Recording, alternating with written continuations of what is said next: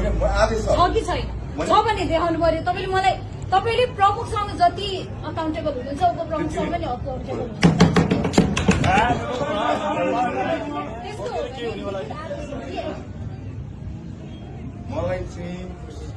लिखित आदेश छ होइन। तपाईँले यहाँ यति धेरै जनप्रतिनिधि समकालीन साथीहरू सबैजनालाई मैले लिखित आदेश छ कि छैन? लिखित आदेश छैन भन्ने छैन।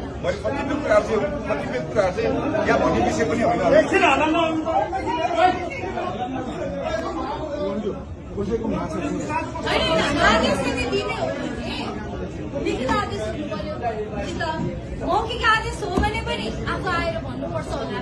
अब यहाँ फेरि यो ढोका खोल्ने बित्तिकै फेरि भिडन्त हुन्छ कि हुँदैन?